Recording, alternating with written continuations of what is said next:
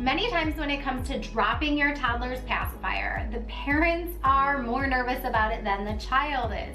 And when parents have that nervous mentality, it's really destructive and honestly is going to set this whole entire dropping of the paci thing up for failure. We don't want that though, right? So I am going to give you 6 different strategies that you can choose from on how you think would be the best way to drop the pacifier with your toddler for good. And we're going to talk about different tips and tricks that you can do to help along the way. So let's jump right in with option number 1. Now, of course, you can always do this gradually. Allowing your child to have the pacifier at any time other than sleep is really detrimental, not only for their speech and for their teeth development and all these different things. Just limit your child's use to only letting them use the pacifier during sleep. And you can gradually remove it from that environment as well. So when you're noticing that your child is falling asleep, you can use a method that is called the Pantle Pull Off.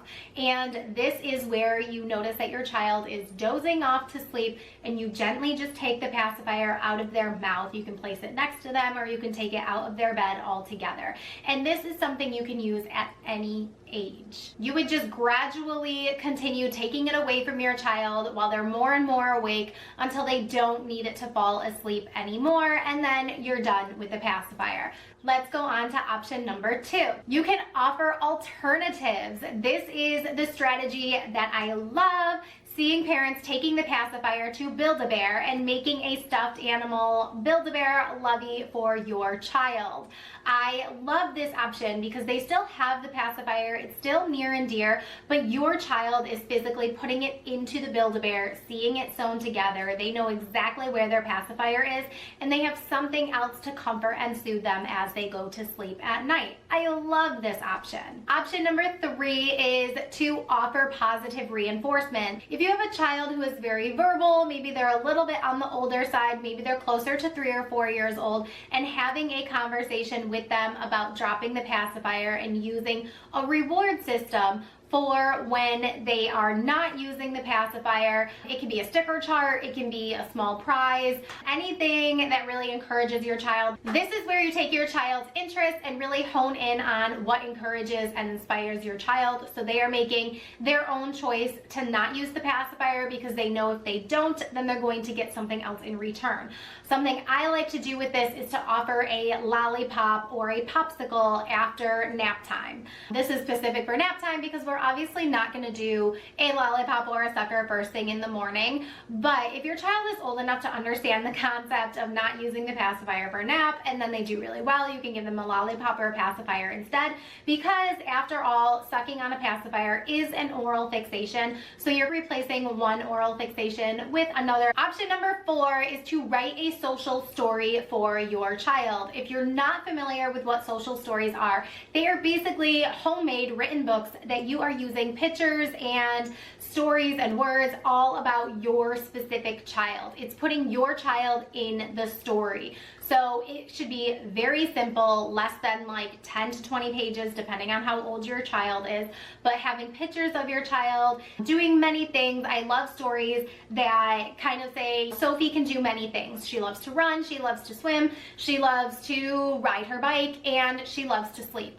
Sophie can learn to sleep without her pacifier, and then have pictures of Sophie sleeping. Even if you like make these pictures like with your child and say, pretend you're sleeping without a pacifier, I'm going to take a picture and put it in your story, and then put this book together and read it several times a day. You can have many editions of your social stories, but really working on the emotional side of things by reading stories and incorporating that into dropping the pacifier is another option. Option number 5 is to drop the pacifier cold turkey. Now, obviously this, I mean, I guess not obvious, but it goes without saying that this is probably a method that is going to result in some frustration, some tears, some refusal to sleep, and that it's probably going to happen no matter what.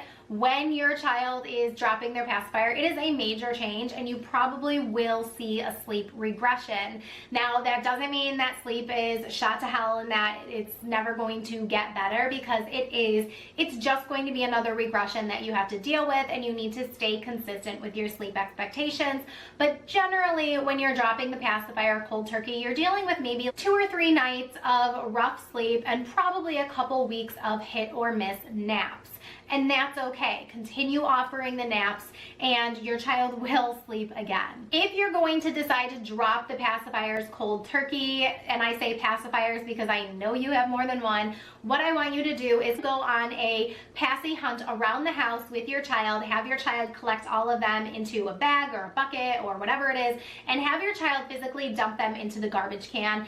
Tie up the garbage bag and bring it out to the garbage tote or whatever you have in your yard, and have your child physically doing that motion, because they need to see it gone.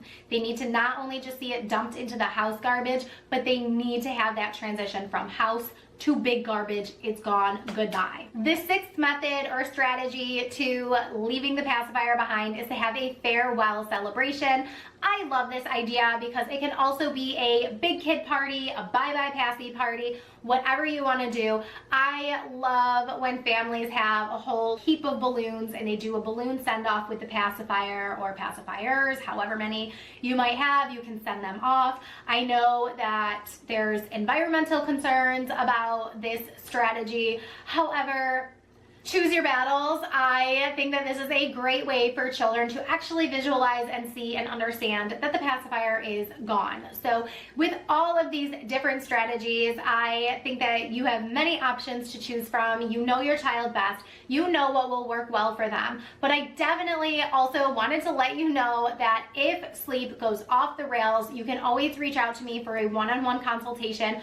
Or if sleep wasn't really good in the first place, then you need to grab my free baby sleep guide in the description box down below. It is 5 steps to better sleep without sleep training. So if sleep is not in a good place, then you should definitely make sure that you have all of these 5 steps linked in the description box down below in the free guide, and make sure that you are getting sleep on track.